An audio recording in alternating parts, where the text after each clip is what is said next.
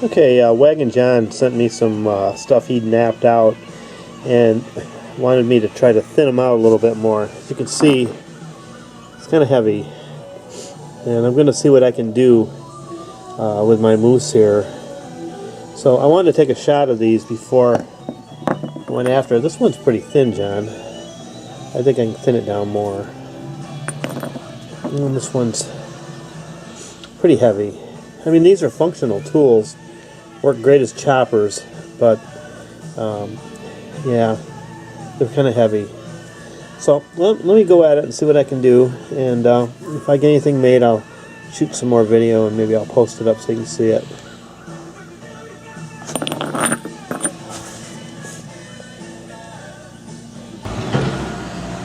Okay, I'm gonna do a little work on the piece that WAGONJON sent to me. It's pretty thick, and I'm gonna see if I can thin it down. Excuse the noise in the background. We got construction going on in the neighborhood, and they're trying to fix our road here after several months of driving through a minefield. Anyway, I use this pretty good stout billet because I want to put a lot of weight behind the impact, so that's why I use a heavier billet. Just basically trimming here, just to get a bite on this stone. This is Obsidan.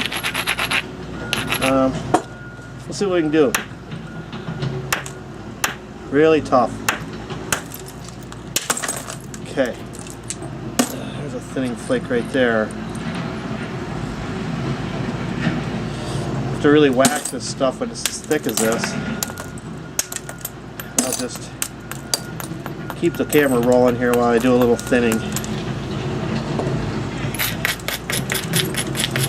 Obsidan is very dusty, and if you guys ever use it, make sure you have plenty of ventilation. It's not good to breathe the dust.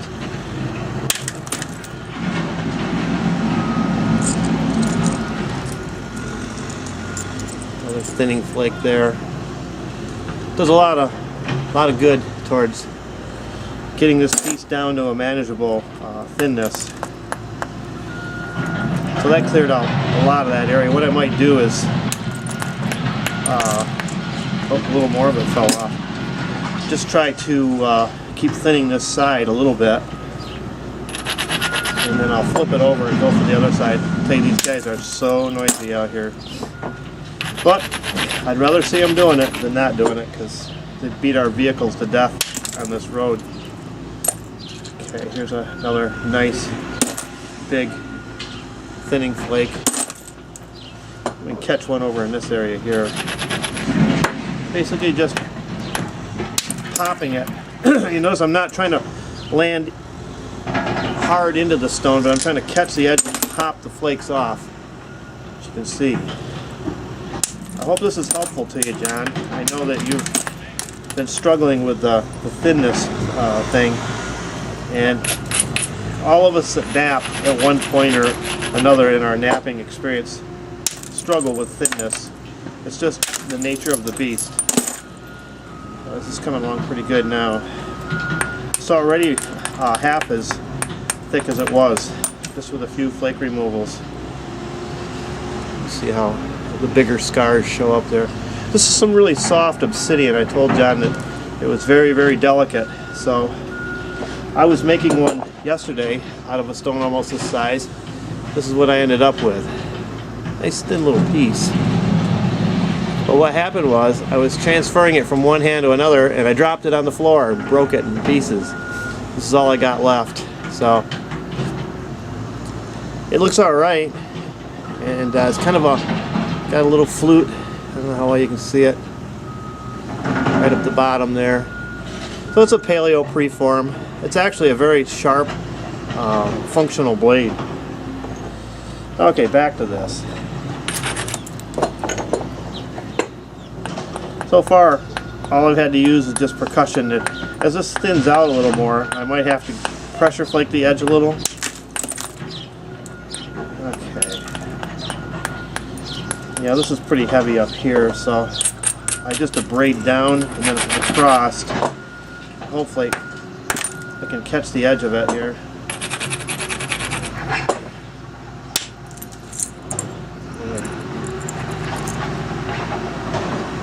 bigger flake. Those big flakes are what you want to get. They do a lot of good because they remove a lot of material, and you notice it doesn't change the size of this too much, just very little width has been removed. Let's see if we can. I knew I had to hit that one pretty good to get that mass out of there.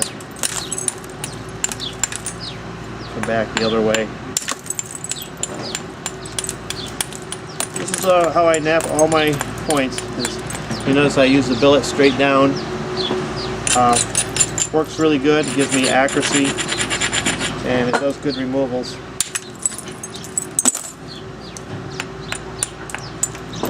I like to also test the platform. You notice I tap them a lot of times. If there's anything loose or weak there, it'll fall off.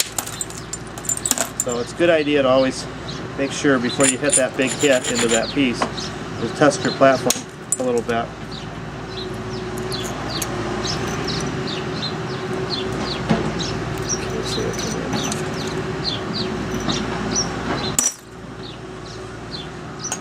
So she's getting thinner, and it doesn't take a long time to do this. I love percussion. It moves things along quickly, and that's why this is my favorite part of napping anything. Is the part where I get to slam a billet into it.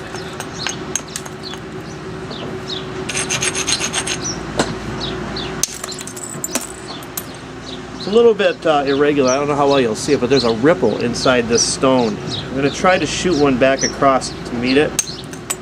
It could make it fall in half. It could hinge short. Anything's possible. So every piece is a challenge. That one went all the way across there. Flakes.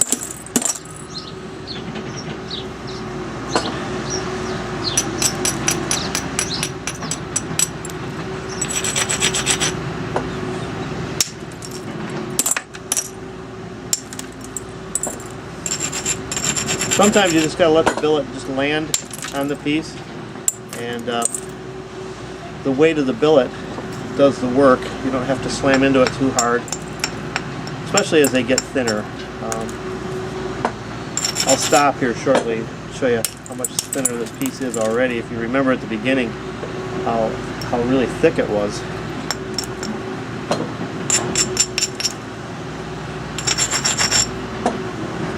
Get something here in this tip area.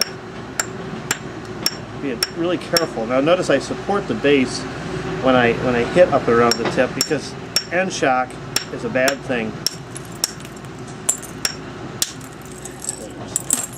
You have to be very patient sometimes getting some flakes off.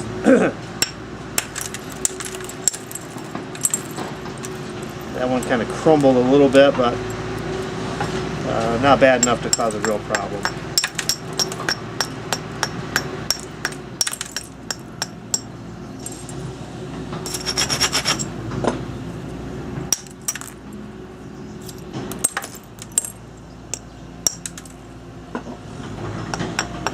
Now I don't want to drive one right into there because, as you can see, there's kind of a hinge right there.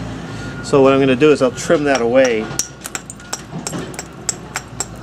before I do. Take a flake the opposite way, which will get me in a little closer. That's much better.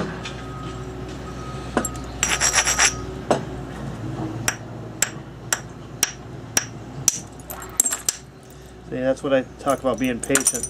Yeah, I hit that a few times, but I didn't hit it too hard because I didn't want to end up snapping it. Okay, let's go back here. Oh, finally, they shut that machine off. Might be able to hear me now. Now here's classic of what goes on with this stuff. I just struck this right here on the side. Look what happens. It takes a flake where it grabs too much of the edge and breaks it out. At this stage of the game, it's not a big problem because I still have a lot of stone to work with, but these are problems you'll run into as you do thin down pieces. Let's see if I can get one to go through here, go into that ripple I was talking about.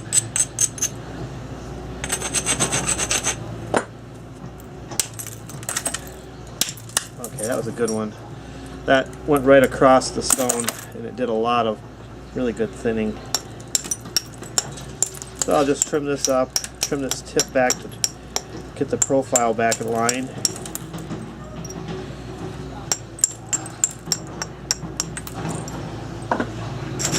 John, this is a third as thin as it was when I started.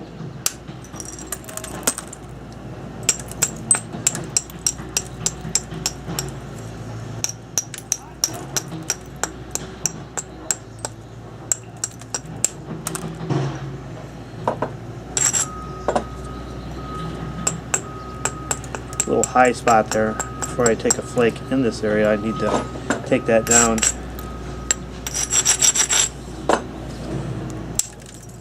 Much better.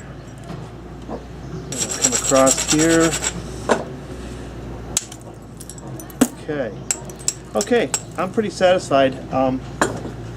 This is a whole lot thinner now than when I started, and it's a nice looking little biface. Matter of fact, I might just send it back to you just like this and let you finish it from here. But here's project number 7, thinning WAGONJON's bifaces. Got one left to go. Got this one right here. As you can see, this one wasn't even half as thick as this one was. So it doesn't take long to bring them down nice and thin with big percussion flakes.